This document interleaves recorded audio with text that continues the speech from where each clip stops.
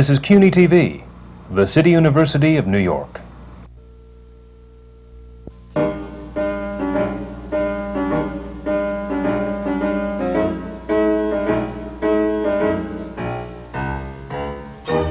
City University Television presents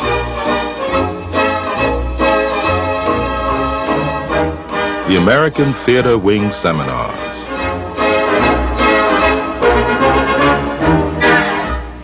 Working in the theater.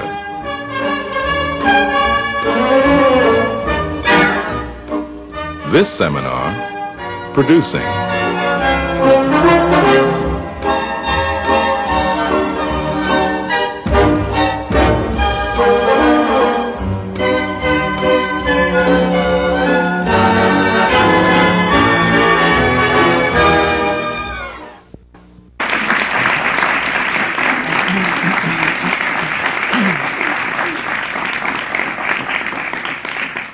Welcome to the American Theater Wing Seminars on Working in the Theater.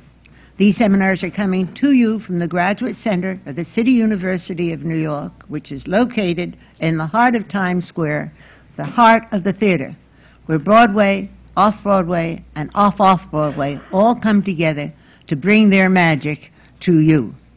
These seminars are an outgrowth of the Wings programs, which is an all-year-round program which was started a long time ago from the legendary Stage Door Canteen with its hospital shows going into hospitals, nursing homes, and aid centers, which we continue to do today, to our Saturday Theater for Children program, which is an exciting and wonderful program.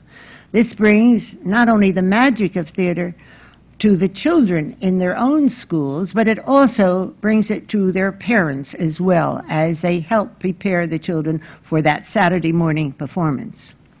The Wing is known for its Tony Awards, which is a very important award in the theater industry, a very prestigious award. It was given to reward the excellence in theater. The seminars that we are doing continue to work on that premise, that quality in the theater, preparation for the theater is most important. And so we bring the best of theater from the performers who share their knowledge with each other and with you to today's performance, today's seminar, which is the very, very important part of the whole of theater, the word, the playwright and the director, and their roles in working with each other, working alone or working as a team, and how they then work in the whole of the production, which comes to you on the stage that you see. I'm going to turn over our seminar right now to co-moderators Jean Dalrymple, who is an author, a director, a producer, and also a loyal member of the Board of Directors of the American Theater Wing. Brendan Gill was all of those things, as well as a worker for the New Yorker and for keeping buildings beautiful. Also a member of the Board of Directors of the American Theater Wing. And they, in turn, will turn over to each other, will turn over this panel and introduce them to you. Thank you very much, Brendan and Jean.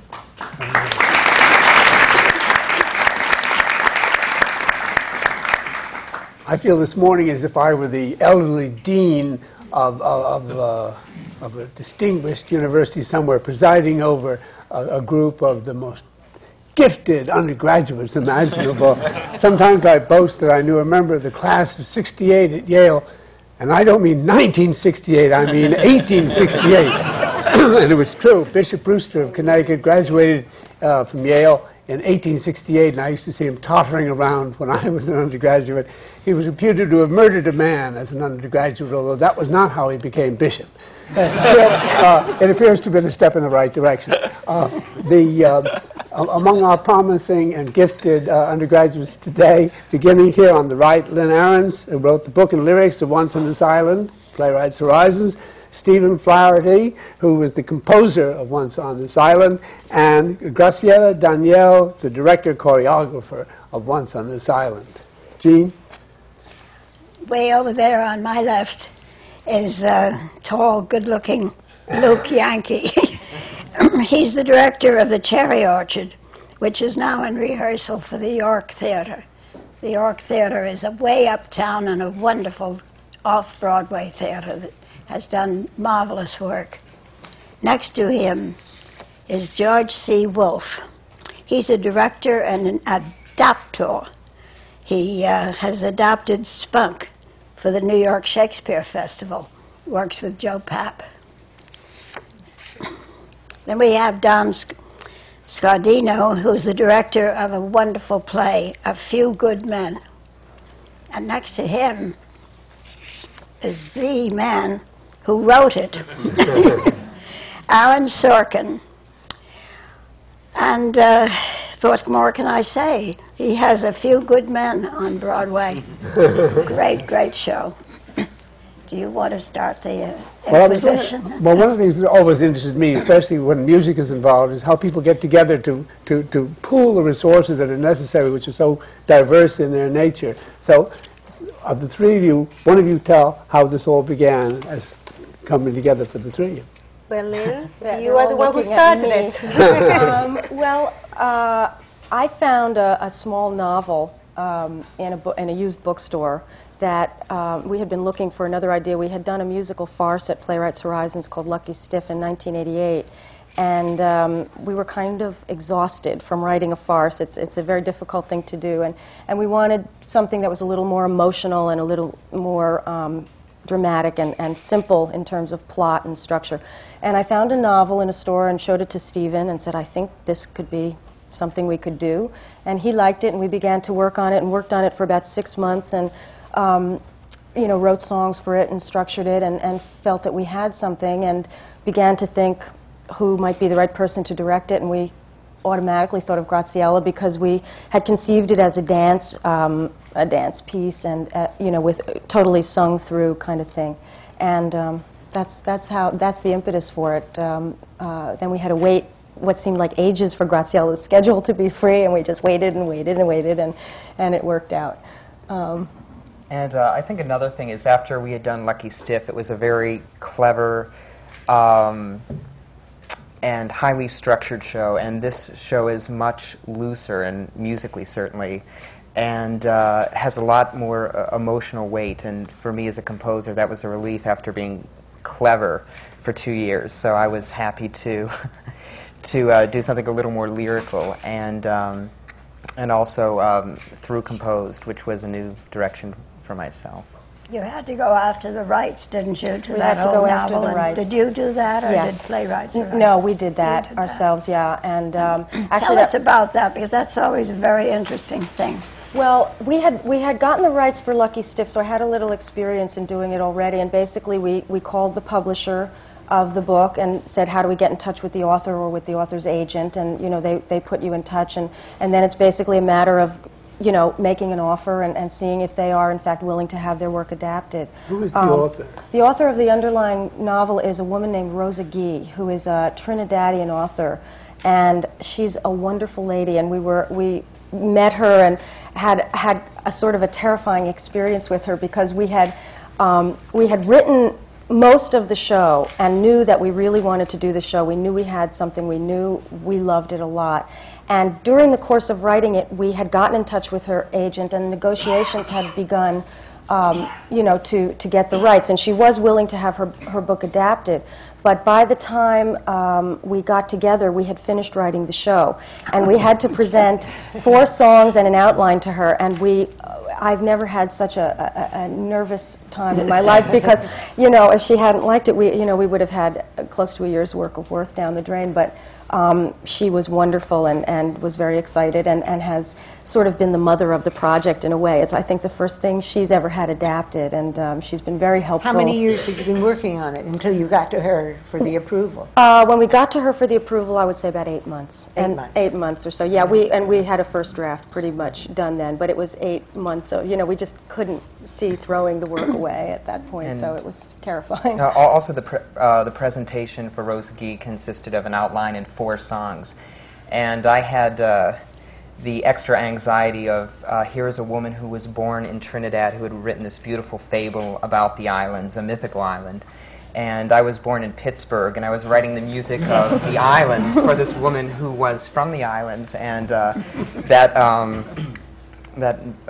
was something else to deal with. And she responded very much, I think, to the emotional content. And after she gave us the nod of approval, I thought, you know, okay, that's a, you know, it gave me the confidence to go on and continue writing for these island people. Well, Fritz Lowe had never been in Scotland when he wrote Brigadoon. That's what I kept telling him. I kept saying, remember this. Well, Lynn and Stephen came to me about a year ago, right? Yeah. Yes, with this show. And I had seen Lucky Steve at Playwrights Horizons, and I felt that there was just such promising, talented people that I wanted to work with them. Fortunately, we have the same agent, so that helps always. And so I was in the middle of rehearsing something for the second stage, directing a play, a musical there. And I remember going to the loft, and Liz's loft, and we sat there. I did have very little time, and they said, well, we'll read a little outline to you and sing 4 songs. I guess they were the same ones that they got the rights with Rose. And if you notice, they have been talking about emotional. And I guess that's what got me. When they started reading the outline, and Lynn with her little tiny voice singing this magical songs, I started getting very moved. And towards the 4th one, she says, well, that's all we have for you. And I said, he says, we have written others, but you don't have time. I said, let me make a call. I want to hear a little more. And I stayed there for about an hour. And at the very end, I was crying. And I thought, this is wrong, because as a director, you must be very clinical. But on the other hand, if I was moved, that meant to me that I wanted to do it. It was the kind of piece that touched my heart. And a wonderful collaboration started since then. 2 boxes of Kleenex. Yes. Well, I'm Latin, so I'm very emotional. People are beginning to choke up already. Mr. Wolfe, tell us what you adapted Spunk from. Well, there are 3 short stories by Zora Neale Hurston, who is experiencing a little bit of a renaissance these days, because it seems like everybody has decided to do her the same year, which had me paranoid a little bit. But the breadth of her talent and her personality just as a literary figure is such that she could absorb all sorts of people. The way it sort of started is Gordon Davidson from the Mark Taper Forum called me up about, I guess it was about a year ago or so, and they have this thing called a literary cabaret, which I really call it a designer reading that they do. We're at this restaurant where everybody comes on Sundays and they read the works of writers. So he called me to see if I wanted to do something. And I said, well, there are these 3 stories by Zora Neale Hurston that I've always wanted to do, but I thought I'd do them at one point. And at one point I wanted to make them a full musical. And so I said, well, this would afford me the time to get to know the material, because her sensibility, which is rural, and there's a rural elegance to these stories and a simplicity to them, whereas my work as a writer tends to be a little bit harder and urban and sort of smart-ass. So, you know, so I didn't want to do my version of it. I wanted to figure out a way that I could get to know her before I then moved it to the realm of where I lived. So I went out there and I worked with actors for about 3 days, and we literally did this 5 actors sitting on stools with a guitarist named Chick Streetman, who's currently with the show, playing accompaniment, and the audience sort of like got incredibly excited. They brought in reviewers, which was horrifying to me, but then we got these sort of like, because it was like they're doing a reading, but it got all these wonderful reviews, and the Taper wanted to move it as sort of like this formalized reading presentation, but I said, no, I want to explore it a little bit more. Then I became involved with Crossroads, who I hadn't been involved with Colored Museum. And first I did a 2-week workshop just physicalizing it, and then we went into full rehearsal at Crossroads. And the challenge for me became so much of what Zora Neale Hurston writes. She writes this incredible, smart, funny, you know, eccentric in a certain way dialogue, but then within the narrative are these incredible truths about men and women and relationships and people. So I wanted to figure out some way to theatricalize the narrative. So what then evolved from that was incorporating a chick further doing more blues and scoring it and having some of the text sung as if it were the blues. So it's sort of, and then coming up with a staging that would complement that. So I sort of used like the images of Japanese woodcuts and the blues to help visualize how this piece would be performed. How old are the stories? The stories, Story in Harlem Slang was written in 1942. The Gilded Six Bits was written in 1933, and Sweat, I'm not quite sure when it was written because it was only really published in the 1970s in an anthology of Zora Neale Hurston work, which is when her work started to be rediscovered. And are they related as being written by the same person, or do they actually have they are by the same person. Well, also, I think what they're the connective tissue that I feel that the stories are about. Well, one, I think there's an incredible, as a writer, she has an incredible capacity to forgive people for being human, to forgive them their frailties, which I think is just extraordinary, and it's wonderful to be a part of in the theater because it's reassuring. Zora Hurston was my first client as a manager. Are you really? Yes, I put on the very sort of thing you're talking about in 1931. Oh my goodness, I owe you royalties, huh? But I also think that they're joined by the theme of that all the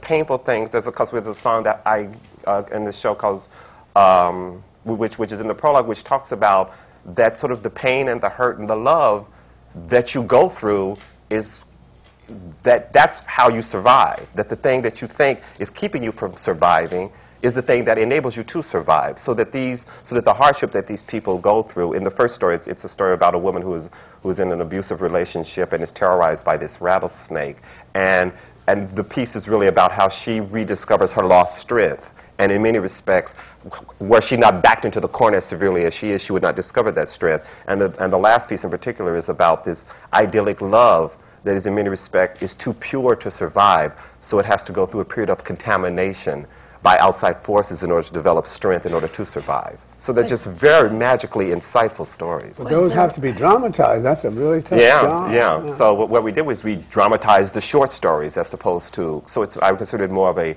theater piece or an evening of 3 theater pieces as opposed to a play. Was the rattlesnake a snake or a man? Well, there's this. There's a sort of blending of that because the lead character is Sykes and Sykes and sex and snake and all sorts of sort of subliminal phallic things are operating in the story. Because there's one line at one point where the blue speak woman who is like the narrator, she says at one point, something long, round, limp, and black fell upon her shoulders. We go, okay, Zora, thank you very much. We get it. Yeah. You know? So that's a very difficult thing. Now, we keep going from the fact that things begin in one form and to another. So your play began as a possible movie, or is that not so? No, it isn't. I began writing it. I heard this story about 3 years ago now. An extraordinary, intriguing story about something that happened at the U.S. Naval Base in Guantanamo Bay, Cuba. And everyone got involved, from the Judge Advocate General's Court to people on the National Security Council. And I heard this story, and I thought that I had to write this. And because the story involved so many characters, and because it was going to take place in so many places, Washington and Cuba, and in a courtroom, and in an apartment, and in a jail cell, and all that, I thought that, well, this is going to have to be a movie. Clearly, this is going to have to be a movie. And I think worked on it for maybe 2 weeks as a movie. When I was I'd never written a movie before. I'd never written a screenplay, so I was running into all the, I was just getting tied up in knots writing the screenplay, and I just thought, as an exercise, just as an exercise, so I can finish the story, so I can just get the story down, I'll write this as a play. I'm only going to take 2 weeks out to do this, just as an exercise. And 6 weeks later, I'd finished the first draft of the play and called my agent, and I said, look, it's not a movie, it's a play. And he says, you know, that's great, let me read it. And I gave it to him, and he looked at the title page, and he said, there are 21 characters in this play. I said, I know, and that might be trouble, but read it. Yeah. And so it was really only a movie at the very beginning, and it was a mistake. But Wally Shawn wrote his first play and not understanding anything about the cost of cast. Oh, his first play had over 100 characters in it, and it then turned out, as you probably have read or may have been part of it, they put the play on just for fun a few years ago downtown, and there were 100 characters on stage, all his friends, members of his family, everything else. But to move 100 people on stage, God, I think everyone along the way, every producer who came on board, Don, every designer, everyone who came in contact with the script, I think the first thing they said was, there are 21 characters in this play. Yeah. That was quite a job of moving around 22 people. It was a lot of choreography, but Right. Refreshing to have an American company of 21 actors. Yes. Of course, now we have another one. Steppenwolf is in town, but that was what was actually refreshing about it, and it's to our producer's credit that nobody actually said, well, we can't do it because of 21 actors. We must find a way to do it, in fact. You know. Well, I don't want to be insulting to anybody else. How many characters in yours? Because it is true, I think, for audiences that there's a great sense of joy in seeing a lot of people on stage, because more and more the economics of theater has been, can we find one or two small things one like set, that? 4 people, And then please. we had yesterday Bobby Morse with True. But how many are in 11. That's very robust, very good. And the cherry orchard, how many has? 14. See, that's really big. Yeah. So these are all giving what the audience really wants to have, which is a multiplicity of people to be related to. I think that's fine. Yes, I do too. And you're probably up to some mischief now, which is going to be in the reverse direction, and I'll be sorry that you have No, I want to use these 21 actors over. I'm only writing 21 character plays. We did discover, however, much to our chagrin, that we were on the road with a 21 men play and 1 woman. I said, next time, can you write 21 women? Yeah, it was in the middle of auditioning that we looked at each other, what are we doing there? We made a big, big mistake. Tell us about the cherry orchard. Well, I'm very excited to be working up at the York. I think one of the wonderful things about working up there is that, particularly since the success of Sweeney Todd, I'm sort of in the ideal position of having an off-Broadway company where these people are working certainly for minimum, as they are at the Public and other places, but because of the reputation of the York and also because of the reputation of Chekhov, people rather came out of the woodwork. I mean, some really wonderful actors when they heard The Cherry Orchard. I mean, I'm really just thrilled with the cast I've been able to put together. And I've been putting this one together for about 1.5 years. And there were several delays up at the York because of other commitments that my producer, Janet Hayes Walker, had. And we had one cast that we were ready to go with back in September, and then George Abbott wanted to premiere his new musical, Frankie, up at the York.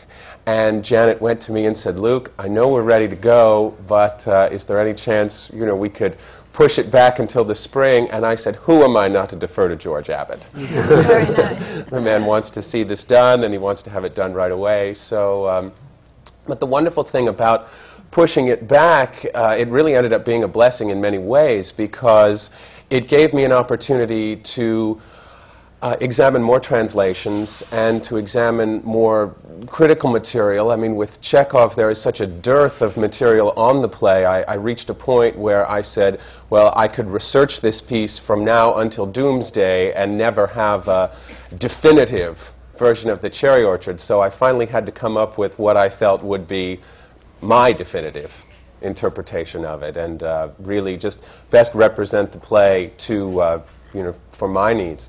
And also, I'm aware that with a classic like this, I think it's something I'll want to attack again and again in my career. I mean, I'm sure that the Cherry Orchard I'm doing now would be different from the Cherry Orchard I would do at 45. I mean, God willing, I'll get another chance to do it. And I'm really stressing in this production, far be it from me to reduce Chekhov to pop psychology, but what I'm calling the Peter Pan syndrome. The fact that these people have never grown up, and that there is just a wonderful kind of childlike innocence about these people. And I feel that when one is approaching a classic like this, which the audience, most of my audience will have seen, several times, and of course one always runs the risk of being compared to the Sorbonne production or the Peter Brook production, or because they seem to be turning up, you know, with great regularity. So one has to kind of put that out of one's mind and just go on and say, okay, this is my cherry orchard, and this is the way I'm doing it, and do it the best as I possibly can, and be content with that. You haven't changed the text any, have you? No, no. What a grim Not at all. suspicion. Although, of course, in the translation, you're very likely to. Right. I just wondered, why do you want to do the cherry orchard again instead of a new play? Why do you want to do a classic? What's the reason for doing a classic that's been done so many times? It's interesting. The Penny Fuller, who is my leading lady, asked me that when we first met and started discussing it. And I felt very much the way when some people will say to an actor, why do you want to act? And they'll say, I have to. There's nothing else I can do with my life. That's rather the way I feel about the Cherry Orchard at the moment. I've always had such incredible passion for it. And to be given an opportunity to do one of the greatest plays in the world, really at the start of my career, and the timing was just so perfect because they had wanted to do some Chekhov up at the York for a while. And so when I approached Janet Hayes Walker, and she said, well, we'd be very interested in that. I just have such a passion for it, and the energy when I start discussing it, I want to jump out of the chair, you know. It's not unlike what Miss Daniele was saying about Once on This Island. You know, it's just you get into a piece and then it gets into your pores, and you just you have to do it. It's a good answer. Anybody else have a play like that in mind? Prepared to jump out of a chair. I remember how little I liked that Sorbonne production of it, and I was saying to Luke before we came on stage here that Irene Worth, who was here yesterday, was obliged to go loping round and round the stage at the end, and she did it perfectly wonderfully well. Nobody else but Irene, I think, could have loped in a true lope like that. But the whole stage was covered in the last act there with what appeared to be a gigantic bedsheet to represent, of course, desolation, snow, abandonment, and everything else. And in the audience the night that I saw the play, there was plainly a compulsive housewife, because one corner of the white bed sheet was all wrinkled at the very end, and she jumped right up out of the audience, went down, and corrected that hospital. But productions of that kind are subject to risks of that kind. I remember, I shouldn't be telling too many of these extraneous tales, but when Ellis Rabb was doing his Hamlet, he was determined to do a Hamlet unlike other people's Hamlets without changing the text too much. So the to be and not to be soliloquy, he read out of a book with his glasses on, which did not advance Shakespeare by an iota. He also introduced in that production a topless Ophelia, which had made a greater impression but did not improve the text in any event. But the temptation is so strong that you must have to be holding back all the time to keep. There shouldn't be the Luke Yankee stamp on Chekhov. Exactly. And one of the actors said to me, "Now you're not going to set it in a spaceship or anything." And because I find that so often, I mean, that is the temptation to muck about with a classic, rather than one of the rules that I live by as a director, which I'm sure the playwrights among us today will will appreciate. The 3 T's. Trust the text. And when one has a text as brilliant as this, I found that my most difficult task was finding the best translation. Because there's so many translations that are rather, there are a lot of British ones that I find tend to be fairly dry. Mm-hmm. And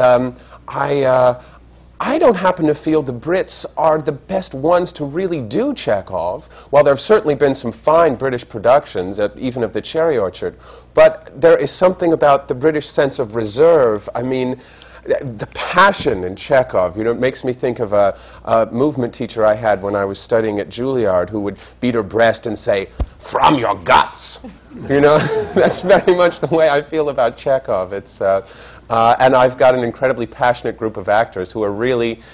Penny Fuller, once again, came to me on the first day of rehearsal, and she said, now listen, Luke, as Madame Ranievskaya, it would be very easy for me to do simple, lyrical, ethereal, gentle, all of the things that that lady obviously is. She said, I would much rather wait and apply that layer at the last minute, but first go for the passion, you know, the just incredible sensuality of this woman.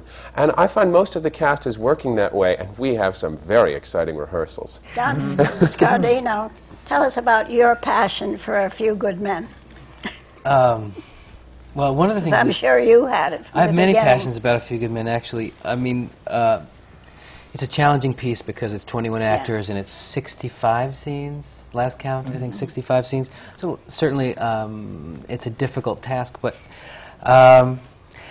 one of the things that I like about it is that it's about a person at the center of the play who's completely uncommitted to anything. He really doesn't care. There's nothing that really engages him other than softball, at the moment anyway. And he comes to being a very committed, concerned individual. He realizes there's something to take a stand for, something that he needs to be responsible about and for. And I think it's kind of a popular success, A Few Good Men. Audiences really respond to it. Sure. They're very vocal. They talk back to it. In Washington, D.C., they stood up every performance, which surprised us. So it's really touched a nerve, and I think aside from it's a mystery play and it drags you along and you want to add up the clues, but I think there's also something sort of visceral about, in an age where we can't afford to sit back and be passive about things, we need to be concerned. We all need to be concerned socially and politically at this point, certainly. So I think that's one of the things that engaged them. It's one of the things that engaged me about it. That's interesting about Washington, because plainly they know. I mean, there's a lot of... Yes, yeah. Well, Washington must want a voice in respect to the utterance of truth in art that it rarely hears. absolutely. It's about uncovering corruption as well. I think they were... But they get a lot of journalism, but they don't get art. They don't get anybody trying to tell the How did the truth. collaboration come about? You said you both had the same agent, or how did the two of you Actually, start at one working? point we did both have the same agent. But a bunch of years ago, about 5 years ago, the first play that I wrote had been optioned. It's never been produced, but it was optioned, and Don was set to direct it, and that's how we met. And so when the time came to bring a director, actually before the time came to bring a director in on this, Don was reading it, and I was working with Don, and Don was the one who wanted to direct it. It was a great process, and kind of a classic process, in that we did several readings of the play in various venues, sometimes with an audience, sometimes without an audience. And we just kept working on the play over an 8 to 10 month period. And then selling it to a producers? How did that come about? Or producers, in this case. Right. That was crazy. We kind of got in the back door. The play, because it was so large, my agent at the time felt that one possible way to get a commercial production of the play was that the play, he felt, had a lot of film potential, a lot of movie potential. And in fact, it has since been sold to the movies. And he thought that if he went to a film studio and got them to purchase the film rights before the theatrical rights were sold, and got them in exchange for the film rights to put money into the show, that's one way that such a large project could be mounted. And he told me that this was going to be his plan, this was going to be his strategy, and I kind of shook my head and said, well, it sounds nice, call me when it happens. And he called a week later. And David Brown, who produced The Sting and The Verdict and Jaws and any number of light classics, bought the film rights, bought the theater rights, is this year for the first time at 73, David Brown has become a Broadway producer. He's producing True as well as A Few Good Men and The Cemetery Club in May. And David brought in his good friend Lewis Allen, who's produced 100 plays on Broadway, as well as Robert Whitehead and Roger Stevens and the Kennedy Center, and then the Schubert Organization came in with Suntory. And soon I think every producer on Broadway was somehow involved in bringing A Few Good Men to New York. Actually, David Brown is also an author this year. We should give a plug for his new book. But David's doing his own book tour right now. I'm not going to plug David. ADVT. Yeah. but it's an exceptionally complex, but all on the side of people who really wanted to be interested in this thing. They really all... The producers of this play, I mean, truly, they are the heroes of A Few Good Men. As committed can be to bringing a play written by nobody that was going to cost $1 million and cause a lot of headaches. They were completely committed to bringing this play to New York and making it a success. And also, in terms of a developmental process, they really went about it in a very sane and sensible way, because we went to the University of Virginia, Charlottesville, Virginia, and we did it there for 3 weeks in a very supportive and relaxed environment. We were able to build the set. Who there and all directed that. it to the University of Virginia? How did it get there? Yes. Well, Lewis Allen is an alumnus of, yes? Yes. Of UVA, and they had been looking for something to partner on. I know that the university wanted very much to have a professional production come down there and work there and kind of interact with their theater department. Somehow imitating what Manny Asenberg's doing at Duke right now. Right. That UVA is really interested. So we were able to do it there. It was a large play and a risky one in terms of a commercial venture, so we were able to do it there and really see it. We with all 21 characters? Yes, and with the Broadway cast, really. They all came down for the ride. And then 4 weeks at the Kennedy Center, and then we were really in some kind of shape for New York. Aaron rewrote this play extensively. I mean, we worked on it extensively from the beginning. In fact, right before we went into rehearsal, we spent 2 days just locked up and completely reworking the play. I think we ought to get back to the right side of the seminar. Oh, geography, you want the second geography. All right.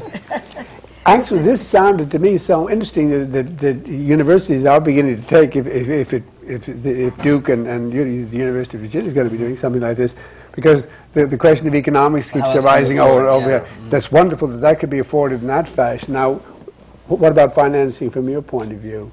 Well, on what is known as this side of the stage. Yeah. Right, well, on this side of the stage. Well, you know, these guys can talk about it as well as I can, but we've been very fortunate in that we have established a relationship with Playwrights Horizons, and I don't know how equivalent it is to the real world of, you know, commercial theater, because it's a very low pressure environment. They are extremely supportive. They invest their money and their time in unknown or beginning writers, and this is our second show there, with very low pressure. I mean, it's a wonderful, you know, they get funding. This Once on This Island has been funded by AT&T, so money for it has come from there, and Playwrights, of course, is funded by other sources. You know, I mean, I feel we're spoiled because we've never had to sort of submit to any kind of commercial pressures at this point. I'd like to have the experience of doing that, but, you know, right now, I mean, you wouldn't want to go to the University of Alaska necessarily. No, but we're actually, our next show that we're going to be doing is being done at a place called New Musicals, which is a kind of an experimental thing that's happening, and it's done in conjunction with SUNY Purchase, and they'll be using the theater facilities up there, doing large-scale musicals, but they've made deals with the various unions so that you know, what they'll be paying to produce the shows is much, much less than would be paid on Broadway.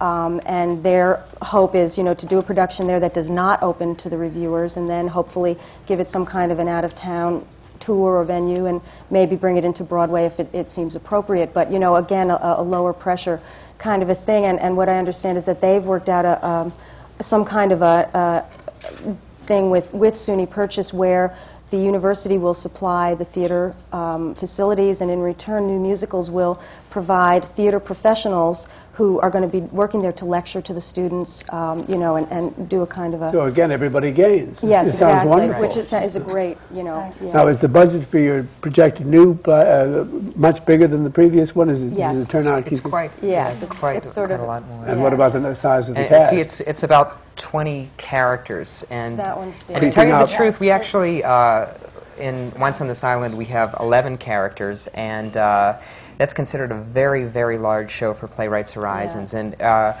we had developed this piece through a workshop that we did in October and November.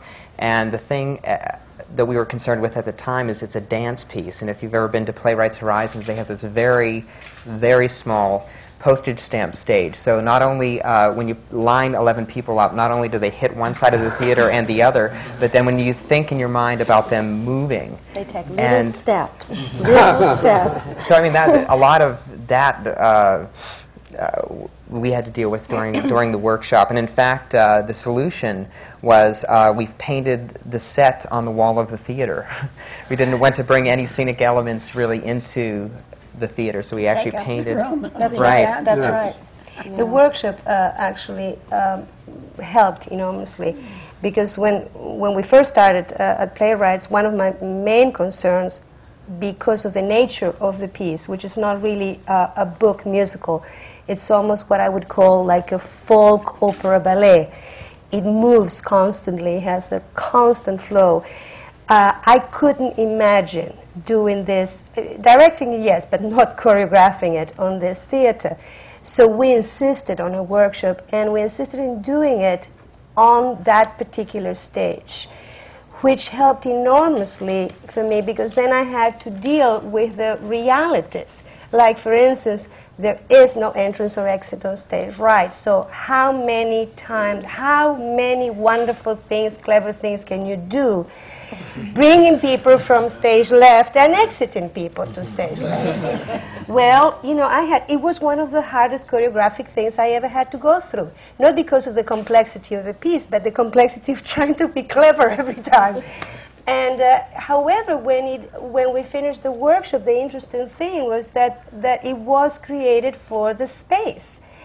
And now, if we are ever lucky to be moved to other place, I already have started thinking about, well, I don't know how to do it, because it does work this way now, you know.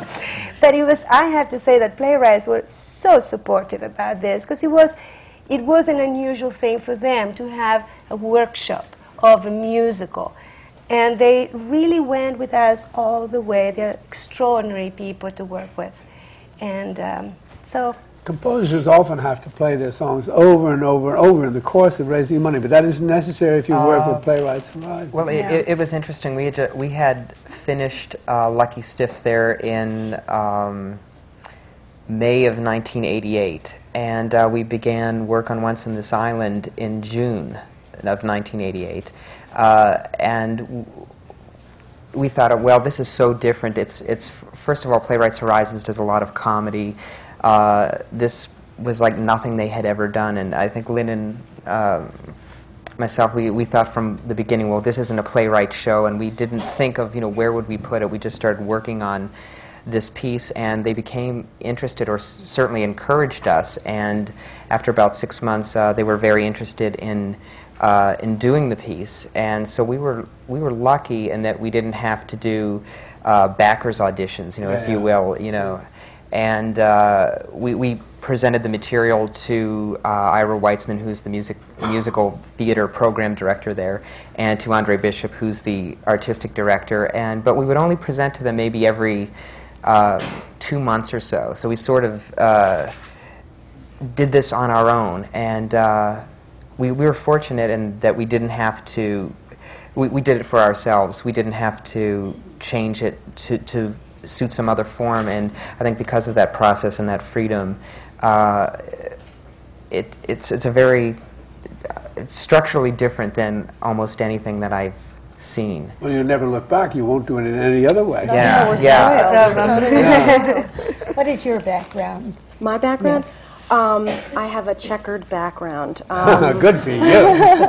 I was a creative director in advertising for about 7 years. I was a television writer and producer for quite a while. Did a lot of songs for TV and scores for movies and that kind of thing. Then I got into commercial music, and which I still continue to do.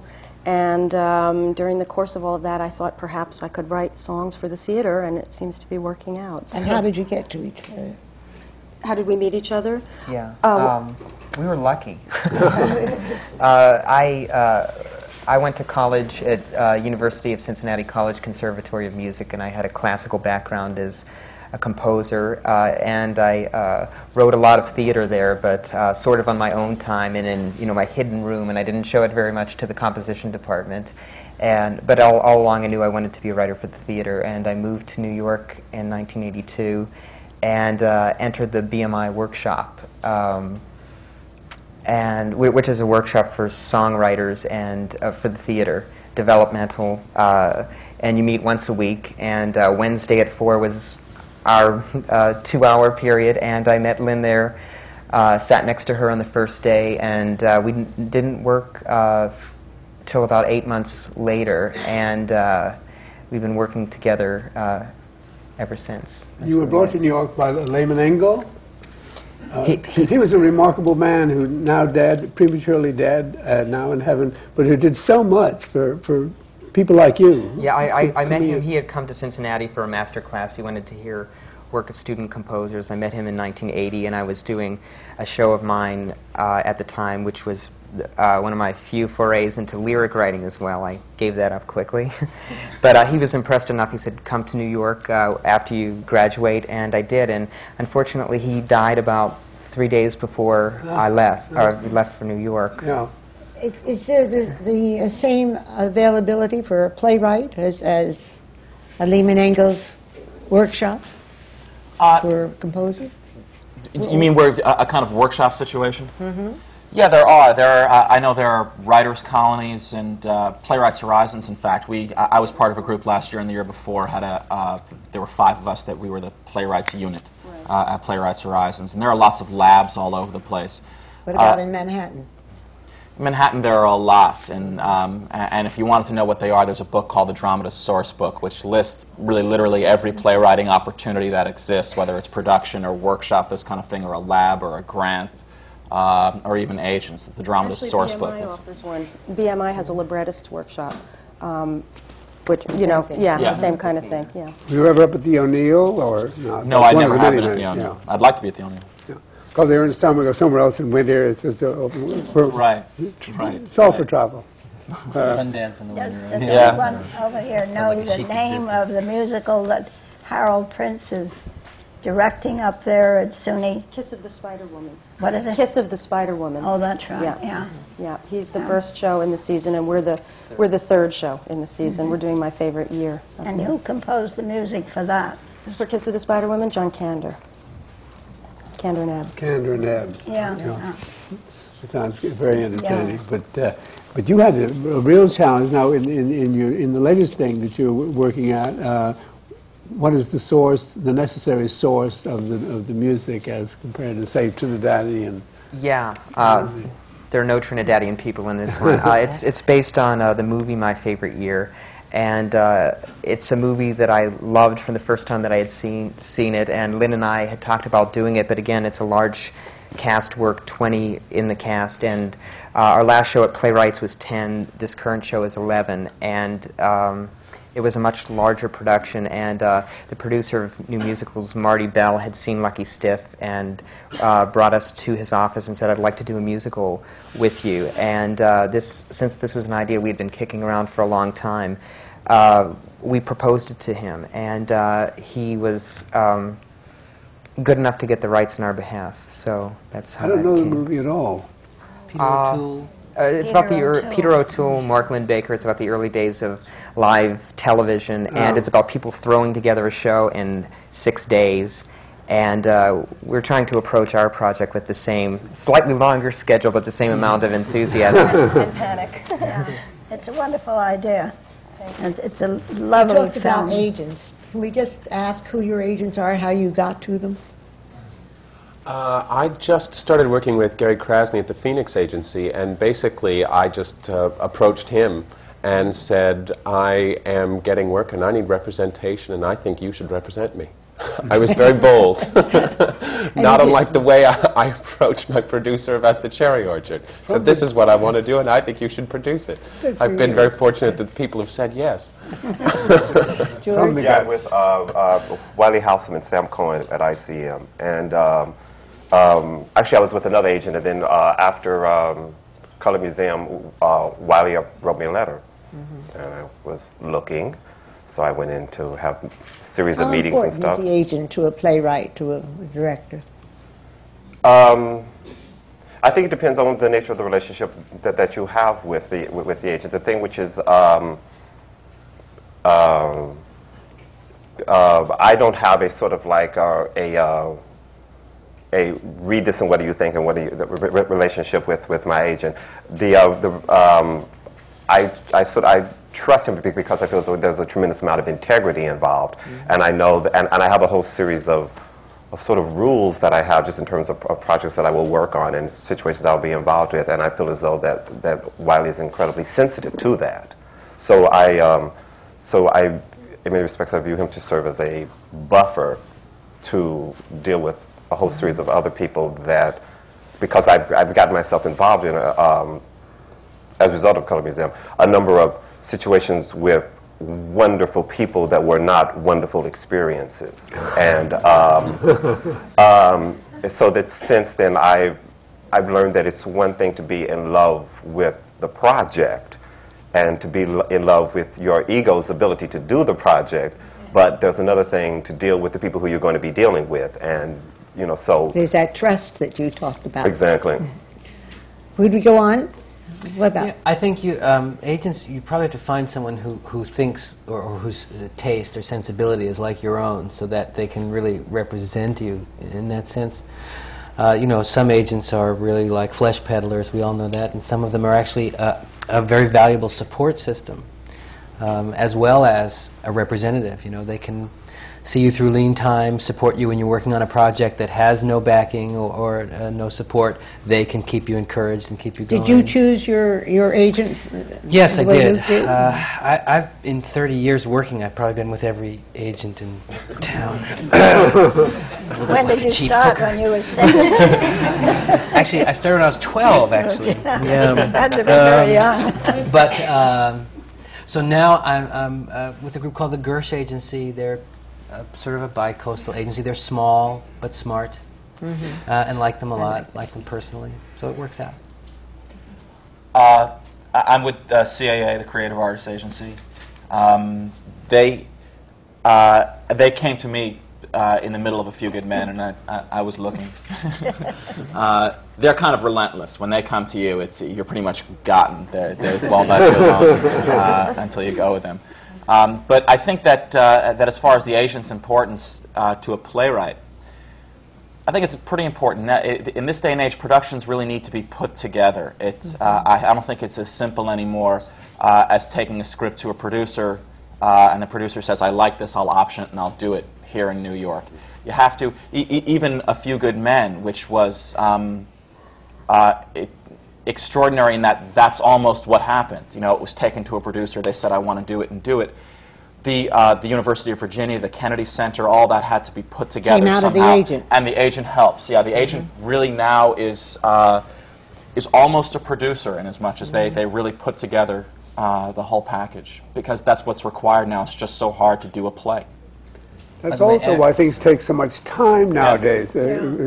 People out in the outside world are always puzzled by the fact that a successful piece of work, which looks as if it couldn't possibly have failed or been other than it is, nevertheless has been years in process of getting put together. And I think that the time span keeps increasing with every year. It doesn't get less, certainly. It's a very complicated business. And the more gifted you are, the less likely you are to be fit to deal with those things which the agent is serving as a buffer for. Right. So, in a way, they have become increasingly indispensable over the years. And look as if that would go on and on and on.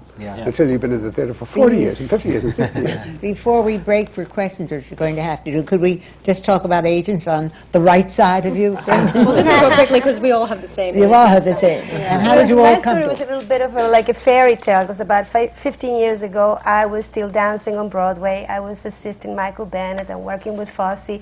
And out of the blue, this person approached me, Howard Rosenstone, who was in a big agency.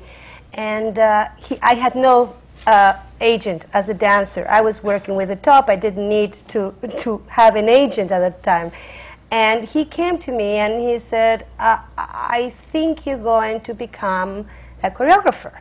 Everybody says that you have the talent. I didn't know that I could. He says, I would like to represent you. He was just starting. He was leaving this big agency and going on his own. So I was too. And therefore, since then, we have been together, and we have never signed with each other. I asked him, I didn't want to marry anybody, I just want to have an affair.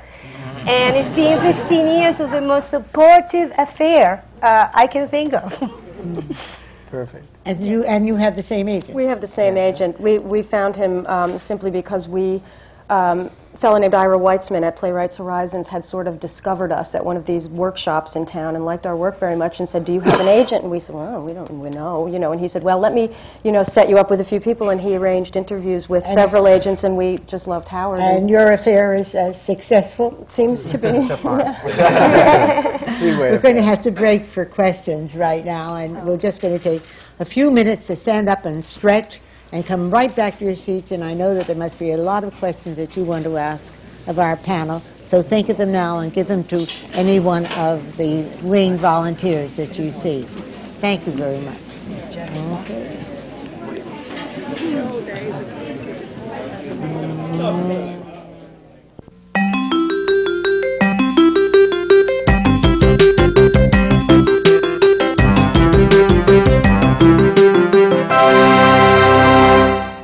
This is CUNY TV, the City University of New York.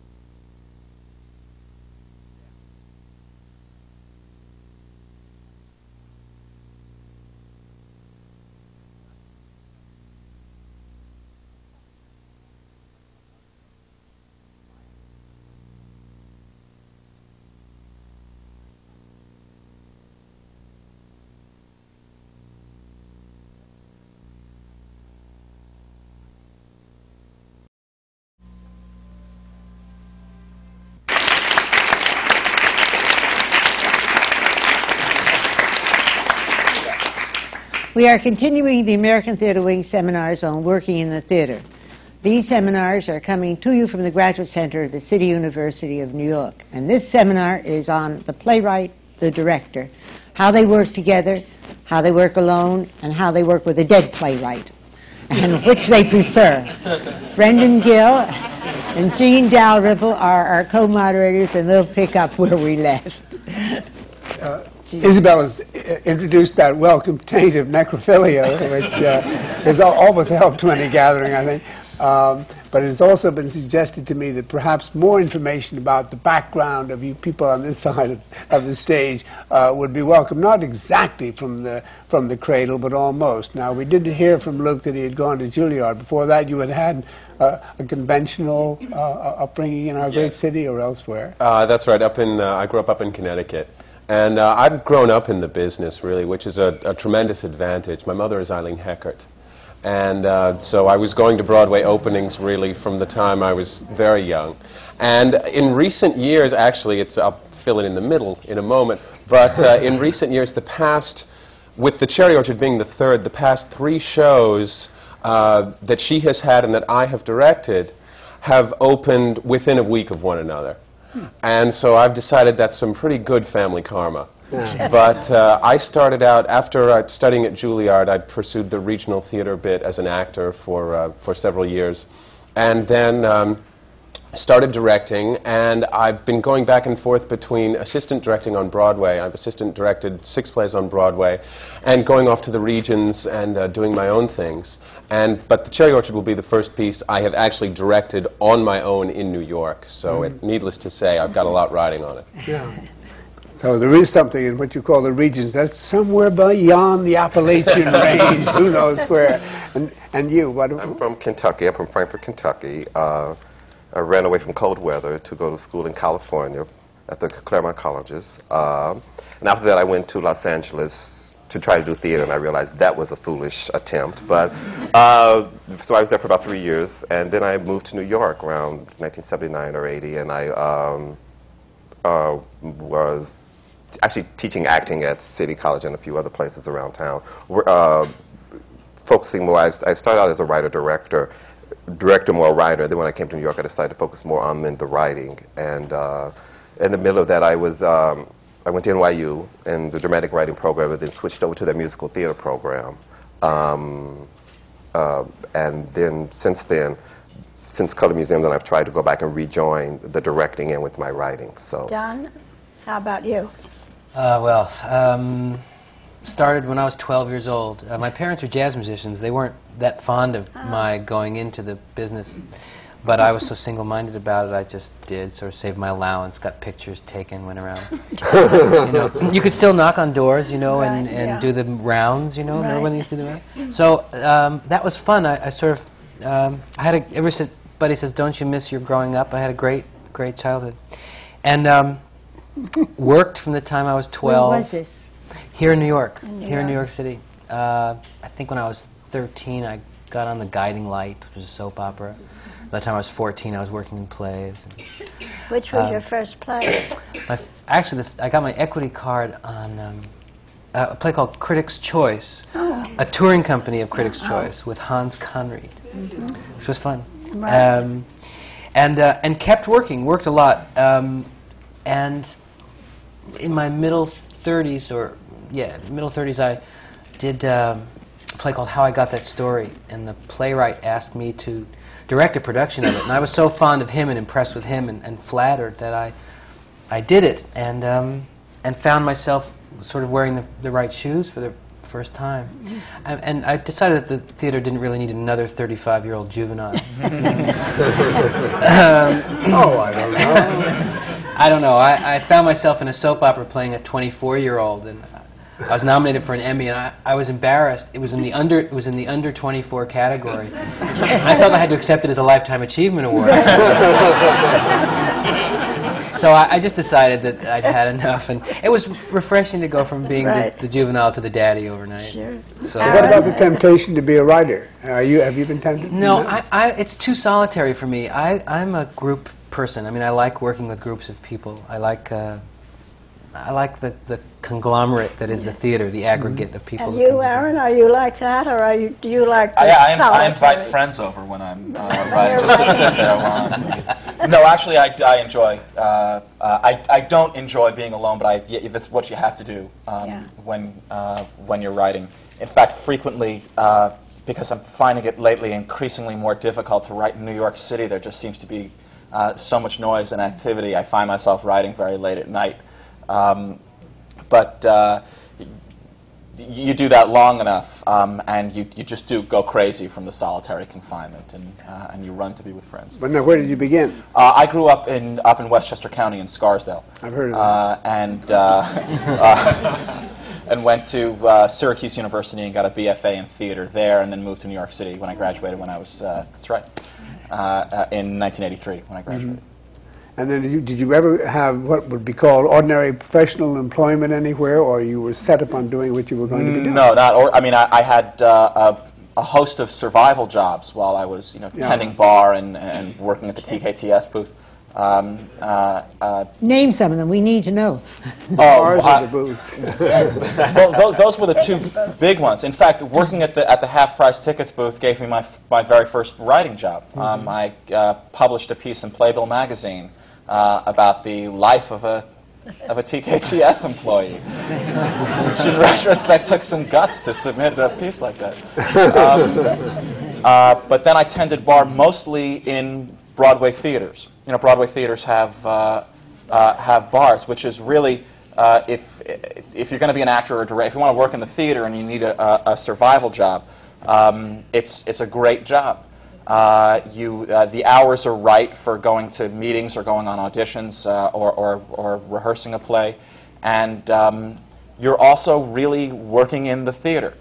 I know it sounds silly, but not only. I mean, there's really a thrill in just. I really very much felt a part of making the show happen every night. You also get to see the theater. You There's get to see the show. There's also a tremendous amount to be gained from watching good plays, bad plays, good performances, bad performances. I mean, seeing Derek Jacobi 100 times and breaking the code. You really do pick up. How do you get the job? There are two companies, AJR Concessions and Theater Refreshments, and one of them has the Schubert Theaters and the other one has the Niederlander Theaters. They're in the phone book. Call them up and tell them you want to work. Tell them Aaron sent you. That's right. Probably the most important thing you would have learned from this seminar.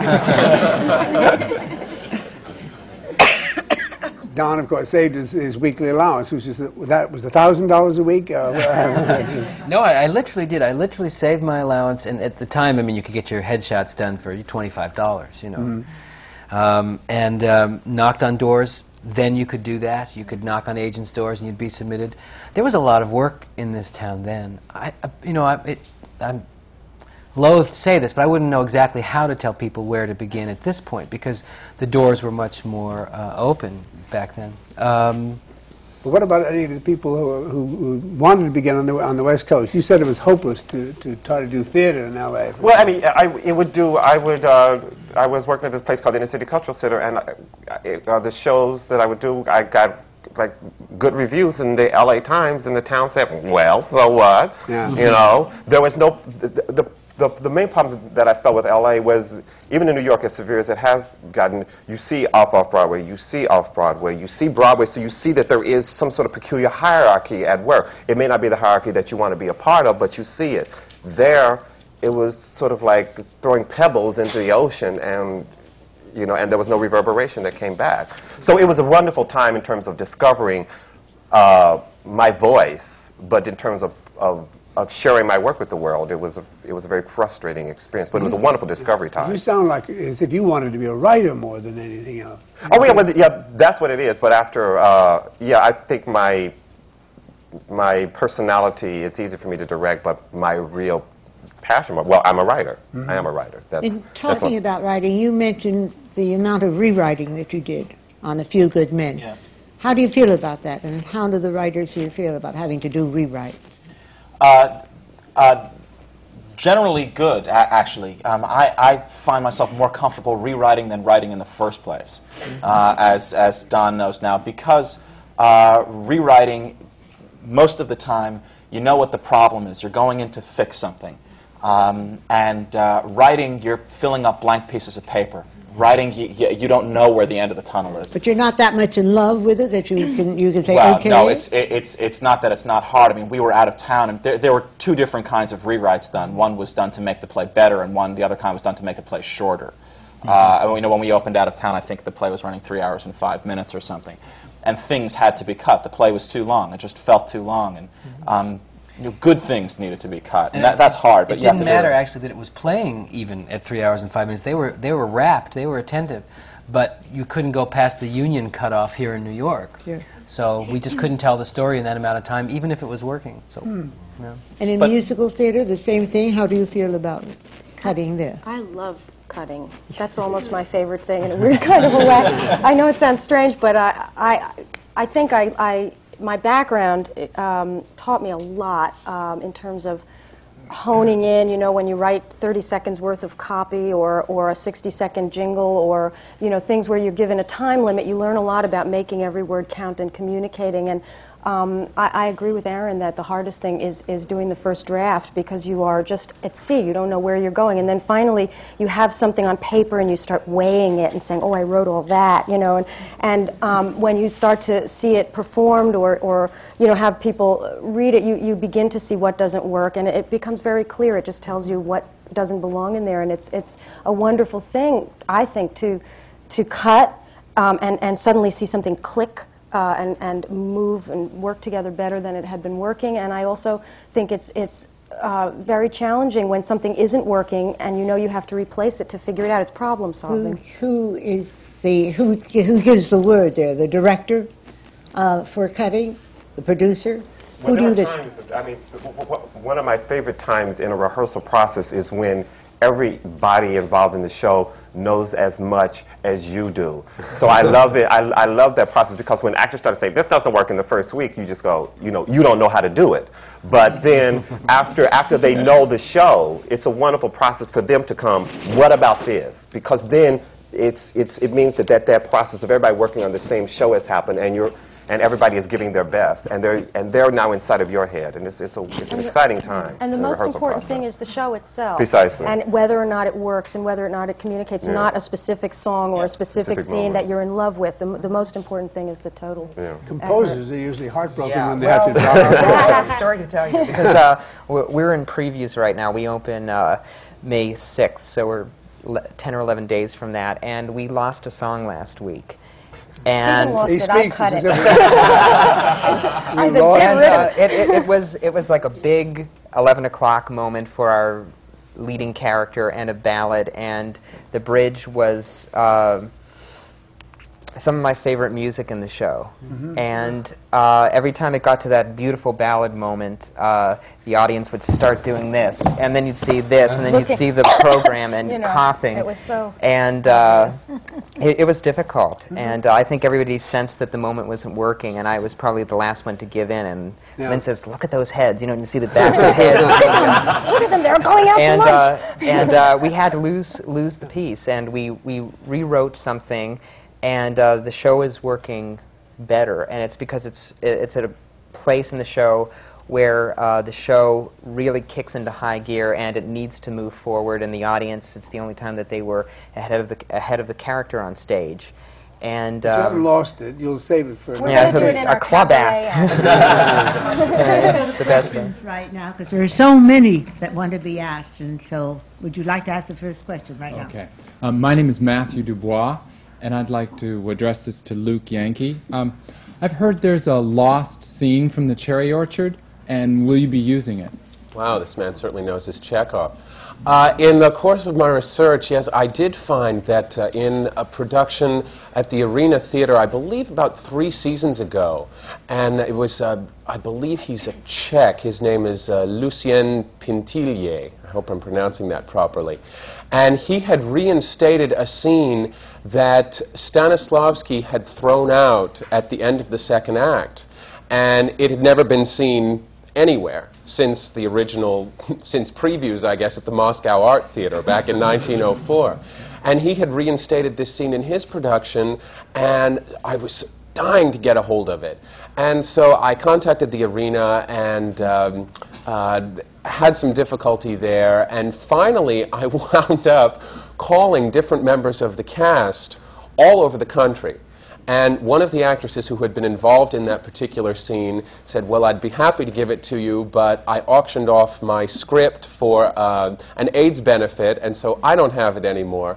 Finally, and all of a sudden, I became obsessed with it, and not even knowing if it would be something I would want to use or not, but I just thought, well, I have to find out what it was, and thought it would give me some wonderful key and some wonderful insight into the play. And finally, late one night, I spoke to one of the actresses down in Pennsylvania.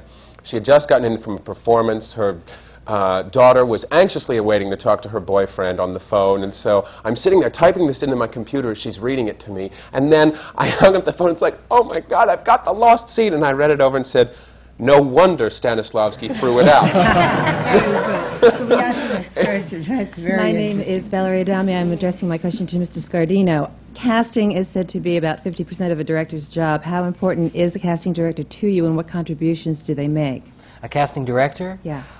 Very, very important because they have their finger on the pulse of the community, who's coming up, who's out there, who's available, who you can afford. And a good casting director can make the difference because casting is more than half. Who makes the final decision in casting? It's usually sort of a committee. I mean, the protocol is that the director, who's going to have to be sort of flogging that particular horse, will get to make the last choice, the final choice. But I think it should be a committee decision. The casting director brings certain information. Casting director knows history, actors where they've worked before, and maybe some dirt or something good. The playwright, of course, has a major say. You know, I mean, anybody that Aaron really didn't like, whether I liked them or not, I wouldn't go with, because I wanted him to be. I mean, my job is to serve his play, really. How about the producer? Producer, absolutely, very involved, yeah. My name is Ian Frost. I'd like to ask the panel, what quality in yourselves has brought you to this point in your career? And less generally, has there been any pivotal decision that you now look back upon and think that was something of a watershed? Well, all right, good question. What's brought you to? Oh, I can't possibly be the first person. Okay, I'll take it. Yeah. Or anybody. But I'm lucky because I started as a child, and it's always seemed to be a magical place to me, no matter what. And so there's a joy in working that, knock wood, I haven't lost. It's a very tough business. In fact, it stinks as a business, but on occasion. But I'm lucky to have that, and I think. Major decision was directing absolutely by chance. I worked with a lot of directors, only over 30 years, and only 3 or 4 I liked. That's almost exactly what I was going to say. Thank you. My name is John Francis Fox. My question is for Aaron Sorkin. Did Tom Hulse's performance show you anything about his character that you had not envisioned while writing the play? Sure. I would say, in fact, that everyone's, all the actors' performances, I would say that every aspect of the production of the play, all of the performances, the design elements, all of Don's direction, showed me lots of things that I never could have envisioned while putting all this on paper. The script really was a set of instructions, a blueprint for an evening in the theater, and it took all these people, Tommy included, to make it live, to make it fly. Okay, thank you. Thank you. I'm Letha Harady, and thank you so much for a delightful morning to the entire panel. My question is to Luke Yankee. Since you've done both so successfully, when did you decide to be a director, and when did you know you were a director and not an actor? Actually, not unlike Don, it was kind of a wonderful turn of events, having started out in the business as a child. I think I got my equity card at 15. It sounds very pretentious, but I was at Ann Baxter's last Christmas party, God bless her, and I met Ruth Mitchell, and who said to me, Ruth is a very strong-willed lady, and she said, well, I hear you're very talented. Do you sing?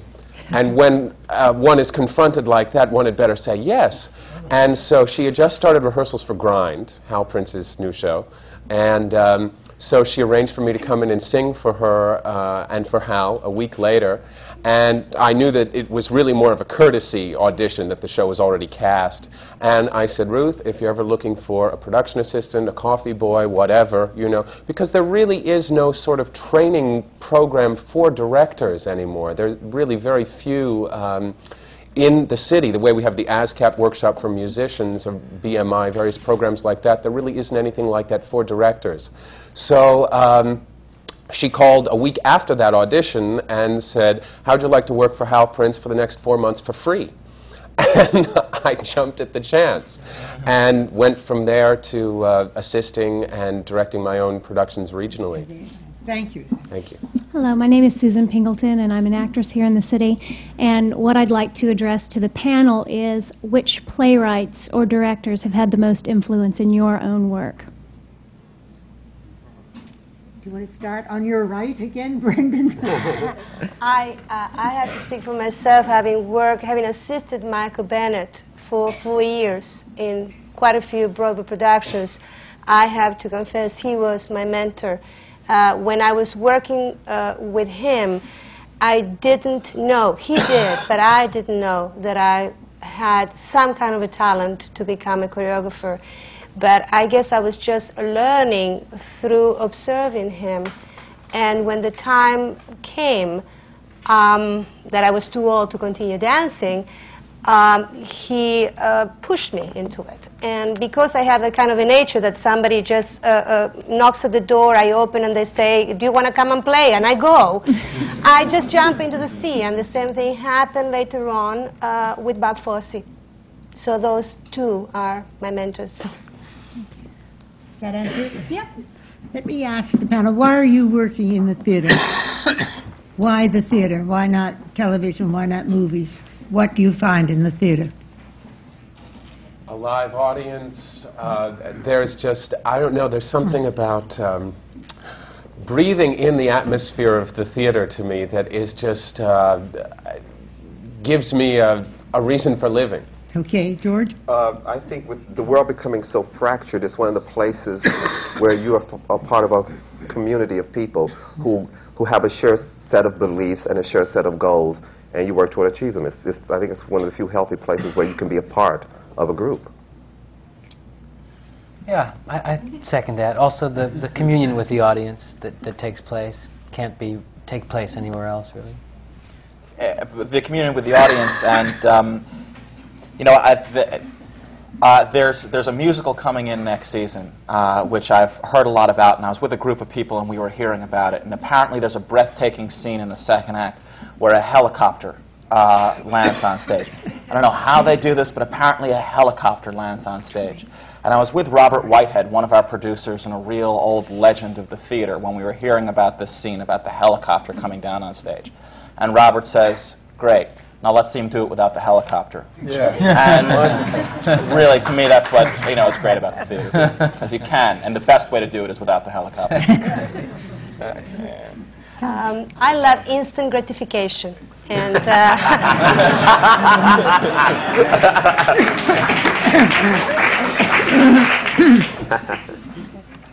I think I like the working process the best, even more than once the show gets up on its feet. We've developed this piece over a period of time, and I've loved the collaboration between Graciela and Lynn and myself and the musicians and our actors. And also it's about a group of people putting something together at the same time. And I think in other mediums you don't get that sense of community and people working every day in the same room over an extended period of time, and that's what I enjoy the most. And I would just sort of second everything that's been said, and just add that I have worked in television extensively, and I've worked in movies as well. And once you do your work, the thing is done, and you just sort of sit back, and it's done, for better or for worse. And in the theater, every night you go, something different happens. It's very exciting, and it's very terrifying, and it keeps you on your toes. And so in addition to all these other wonderful benefits, there's something very electric about the process of watching this thing with its own life that continues to live and grow and change and get better and get worse and you know, it's exciting. Also, just to quote Robert Whitehead one more time, I mean, audiences come out of the theater changed because it's That's immediate, right. because you feel it, because it happens there. You come out different than when you come in. It rarely happens on film, certainly never happens on television. And Robert Whitehead said, and I've quoted this before, but it's just so important to me, he said that he still believes what he's believed for the past 40 years of producing, and that is that theater is the hope of the world. Theater can make a difference in people's lives. I think that that's a very important thing that's been said here, because we hear so much about the theater is dead and nobody goes to the theater, nobody works and nobody writes for the theater anymore. It's very alive.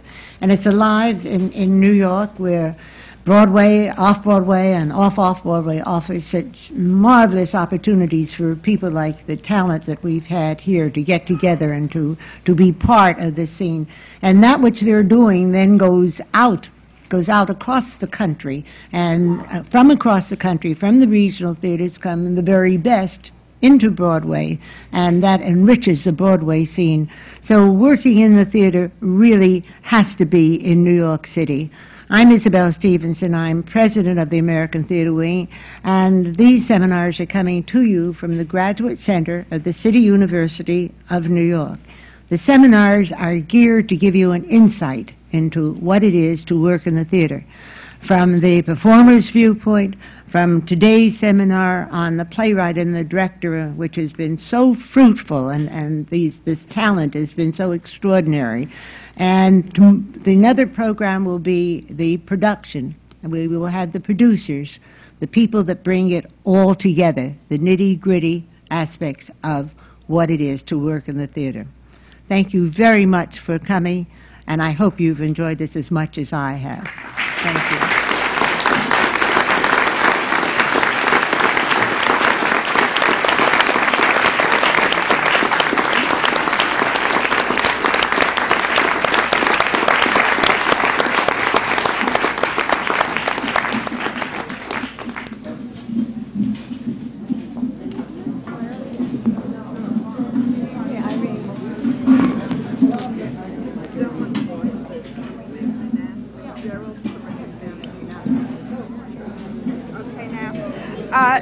Is Mr. Gerald Karinsky in the house? If he is, will he...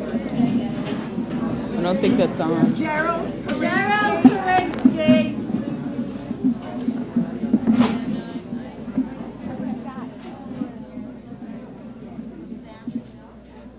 Thank you very much. That was great fun. Thank you.